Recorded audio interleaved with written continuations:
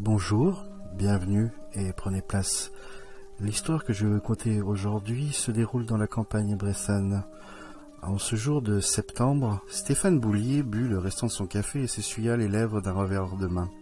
Il y mit un renvoi sonore, puis entreprit de garnir avec du gros tabac sa pipe en épis de maïs. Il frotta une allumette sur le dessus de la table, éteint la flamme près du fourneau de sa pipe, tétant cette dernière jusqu'à ce qu'il en tire des bouffées d'âcre fumée.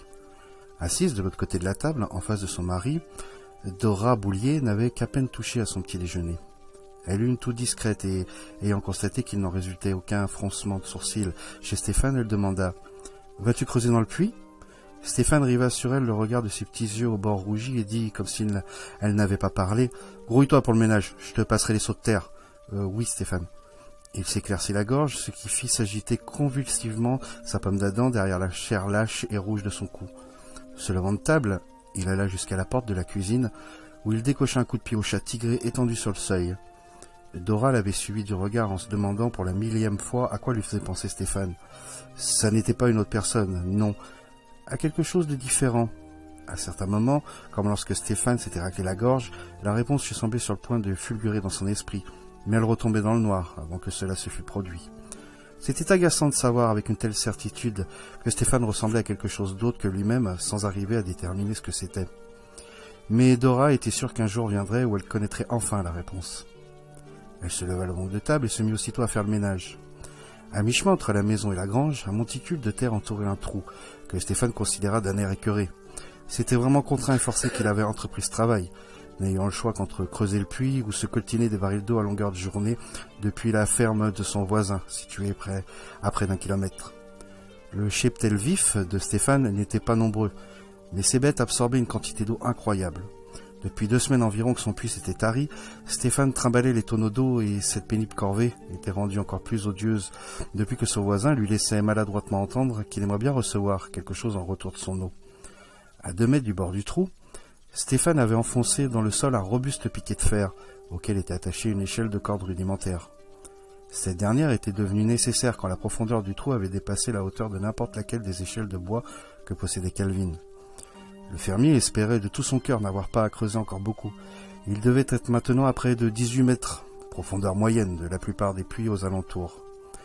Il redoutait de se heurter à de la roche, ce qui l'obligerait à faire appel à une équipe spécialisée.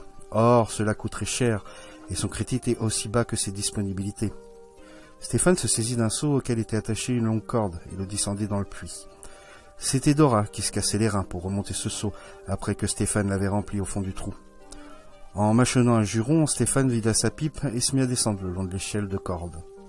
Le temps qu'il arrive en bas et remplisse le seau, Dora devait être à pied d'œuvre, sinon elle n'aurait pas fini d'en entendre. Depuis sa maison, Dora vit Stéphane se préparer à descendre et se hâta désespérément pour terminer ce qu'elle faisait. Elle atteignit le bord du trou juste au moment où un appel étouffé annonçait que le seau était plein.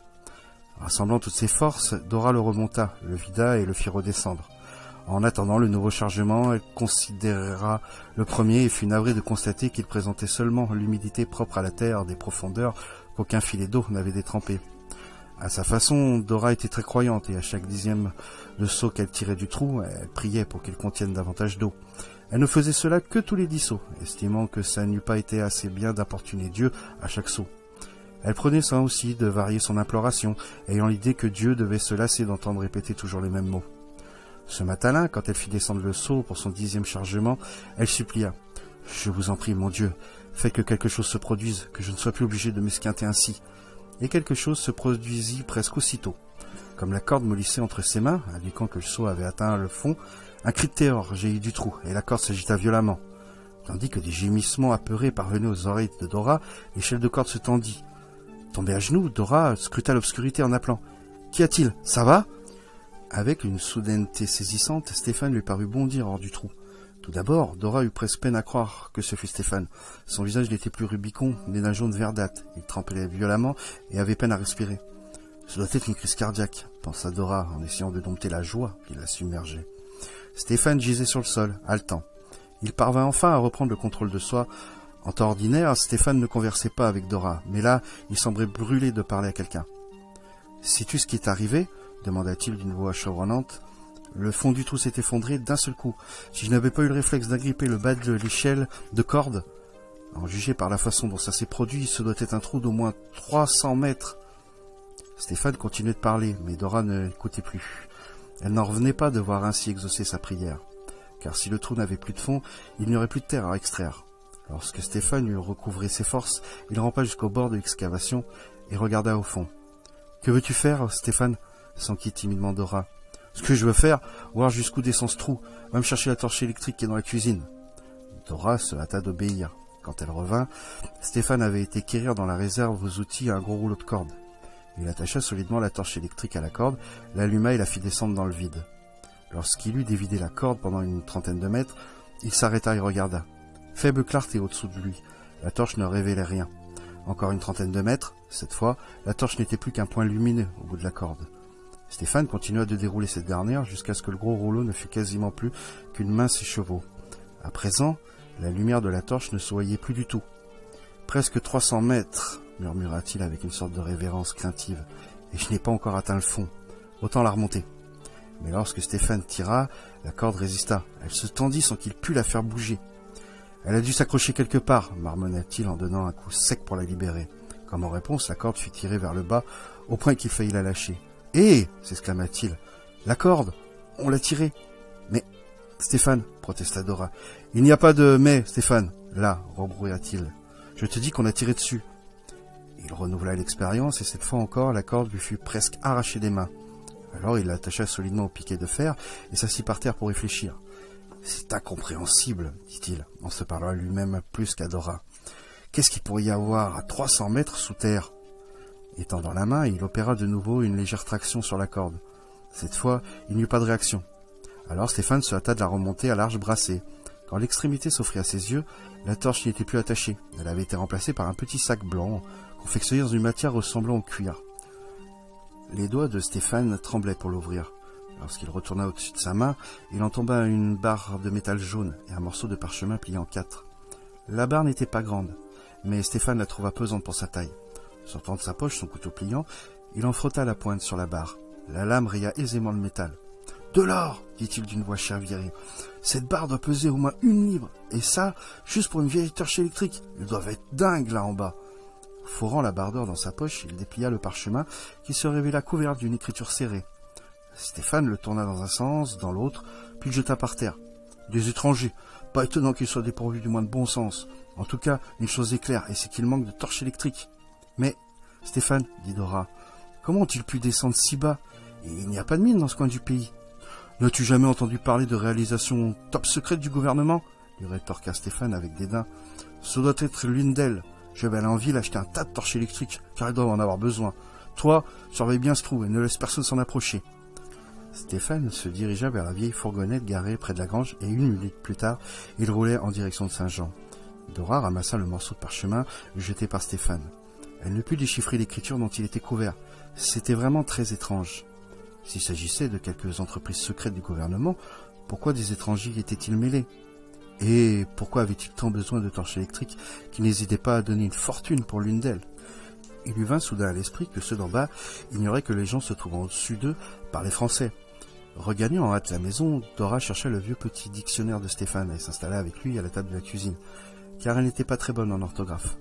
Son message ne fut qu'une série de questions. Pourquoi se trouvait-il là en bas? Qui était-il? Pourquoi payait-il si cher une torche électrique même pas neuve?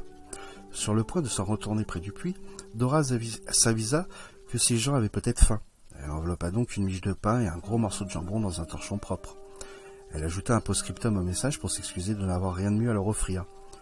Puis l'idée lui vint que ces gens, étant des étrangers, ne parlaient peut-être pas bien français, auquel cas le petit dictionnaire leur serait très utile pour répondre à sa note. Elle enveloppa donc le dictionnaire dans le torchon, avec le pain et le jambon.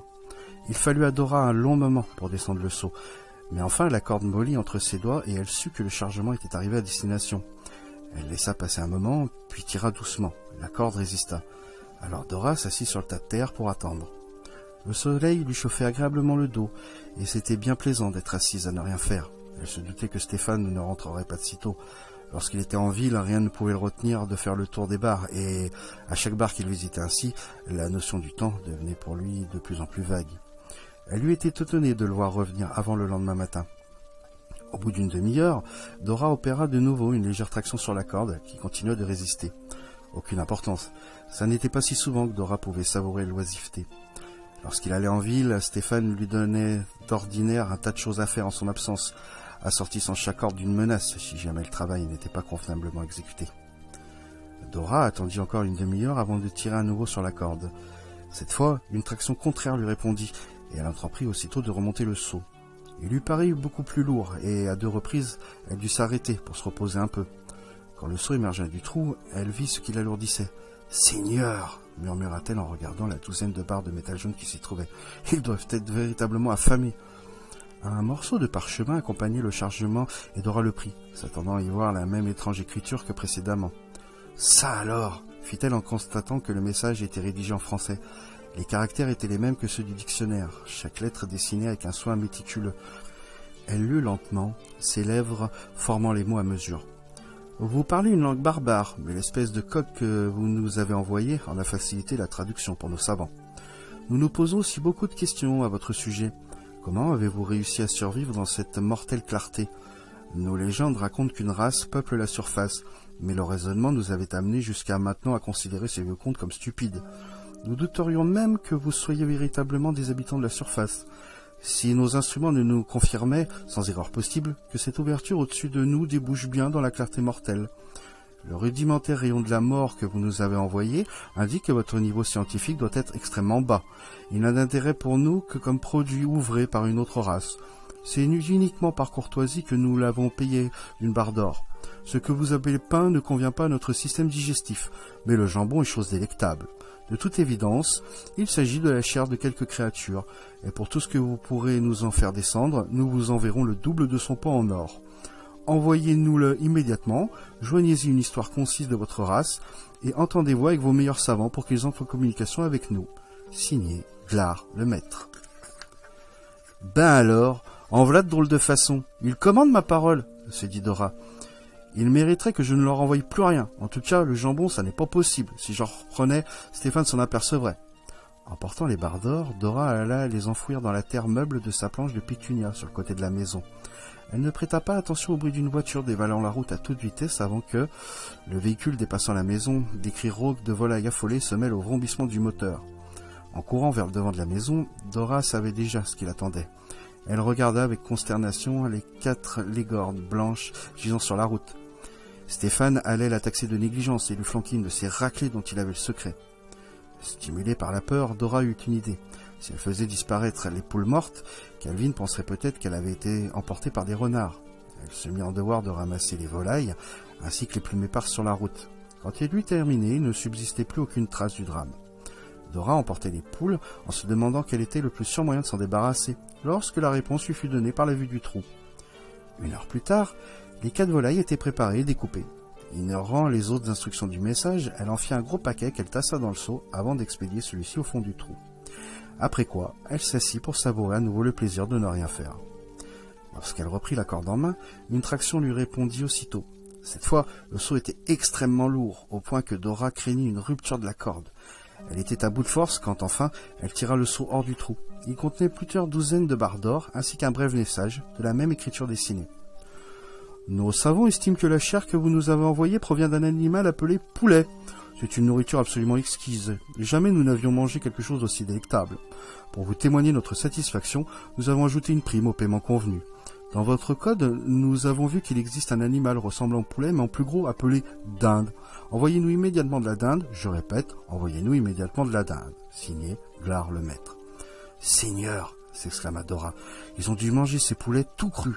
Et maintenant, au diable que je vais leur trouver une dinde. Elle enterra alors dans un autre coin de sa planche de pétunia. Stéphane revint le lendemain matin aux environs de 10 heures. Il avait le visage congestionné, les yeux agités de sang. La peau de son cou pendait plus que jamais et, une fois encore, Dora n'arriva pas à préciser ce que sa vue lui rappelait. Lorsque Stéphane descendit de la fourgonnette, Dora se recroquevilla instinctivement, s'attendant au pire. Mais il semblait trop las et préoccupé pour s'inquiéter d'elle. Il jeta un morne regard au trou, puis remonta dans la fourgonnette à laquelle il fit exécuter une marche arrière jusqu'au tas de terre environnant le puits. En ouvrant le fond du véhicule, Stéphane révéla un treuil avec un câble d'acier. « Va me faire quelque chose à bouffer » commanda-t-il à sa femme. Regagnant en hâte la maison, Dora lui prépara des œufs au jambon, s'attendant sans cesse à le voir surgir pour lui administrer quelques baffes, parce qu'elle mettait trop longtemps. Mais Stéphane semblait très affairé près du trou, et, quand elle lui cria que c'était prêt, Dora s'aperçut qu'il avait beaucoup travaillé. À l'aide de piquets ficelés de chaque côté de l'ouverture du puits, il avait placé une poulie au-dessus de celle-ci, poulie dans laquelle passait le câble d'acier. « Ton petit déjeuner est prêt, Stéphane ?»« Fous-moi la paix !» répondait-il.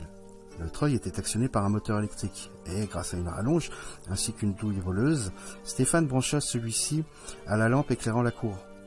Le filin d'acier se terminait par un crochet, auquel il suspendit à un grand panier métallique, où il entassa des boîtes qu'il prenait dans la fourgonnette. « 100 qu'il y en a !» gloussa-t-il, mais sans s'adresser à Dora. « À 59 francs la pièce, avec une barre d'or, il y a de quoi en acheter des milliers. » Stéphane actionna la commande du treuil et, l'estomac serré, Dora appréhenda de terribles conséquences, les créatures d'en bas n'ayant aucun besoin de torches électriques. Le panier métallique descendit, tandis que le câble sifflait sur la poulie. Prenant une burette dans la fourgonnette, Stéphane huila généreusement la poulie. Très vite, le câble mollit et Stéphane arrêta le fonctionnement du treuil. « Je leur donne 1 heure pour charger l'or, » dit-il alors en gagnant la cuisine pour y prendre enfin son petit déjeuner. Dora était comme en état de choc. Que se produirait-il quand les torches électriques remonteraient avec une note insultante rédigée en français? Stéphane apprendrait sans doute ainsi qu'elle avait reçu de l'or, et n'aurait de cesse qui lui ait fait faire dire où elle l'avait caché. Dit-il la laisser pour morte. Stéphane mangeait posément son petit déjeuner. Dora s'affaira aux soins du ménage, en s'efforçant de ne pas penser à ce qui allait suivre. Enfin, Stéphane jeta un coup d'œil à la pendule, bailla longuement, puis déborra sa pipe en la cognant contre son talon. Ignorant Dora, il retourna près du trou. En dépit de la peur atroce qui la tenaillait, Dora ne put se retenir de l'imiter, comme si quelque invisible force l'y contraignait. Quand elle arriva près du trou, le filin s'enroulait déjà autour du treuil et, très vite, le panier métallique remonta à la surface. En se penchant pour le tirer au bord du puits, Stéphane arborait un large sourire, mais celui-ci se mua soudain en une grimace incrédule. Cependant que s'activait sa pomme d'Adam et, une fois de plus, une partie du cerveau de Dora s'efforça de préciser à quoi Stéphane la faisait penser. Émettant des sons articulés, il décrocha le panier et en déversa par terre le contenu. Les torches électriques, dont beaucoup étaient cabossées ou avaient le verre brisé, s'entassèrent devant lui. Alors, d'un violent coup de pied, Stéphane en fit voler dans toutes les directions. Dora en vit échouer une à ses pieds, à laquelle un message était attaché. Aveuglé par la colère, Stéphane n'avait pas dû s'en apercevoir, ou bien il l'avait supposé couvert de la même écriture indéchiffrable que celui accompagnant la première barre d'or. « Et vous, là, en bas !» hurla-t-il dans le trou. « Bande de salopards, vous allez me le payer, c'est moi qui vous le dis, je... » Il se rua vers la maison et Dora en profita pour se saisir vivement du message. « Vous êtes encore plus stupide que nous le pensions, » lut-elle. « Vos piètres rayons de la mort ne nous sont d'aucune utilité.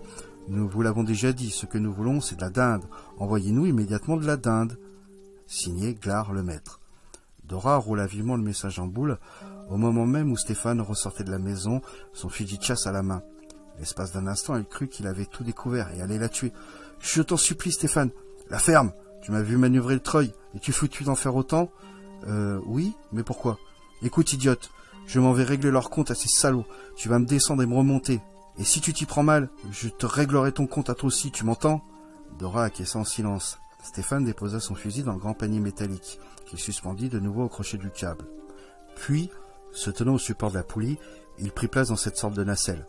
« Tu me laisseras 1 heure pour en finir avec ces putains de mecs, et tu me remonteras. » Dora actionna la commande du treuil et le panier descendit. Quand le câble mollit, elle coupa le courant. Elle passa la majeure partie de l'heure à prier le ciel que Stéphane ne trouve pas les gens d'en bas, afin qu'il ne devienne point un assassin. 1 heure plus tard, très exactement, Dora enclencha la commande dans le sens de la remontée. Le moteur peinait et le câble d'acier était tendu à l'extrême.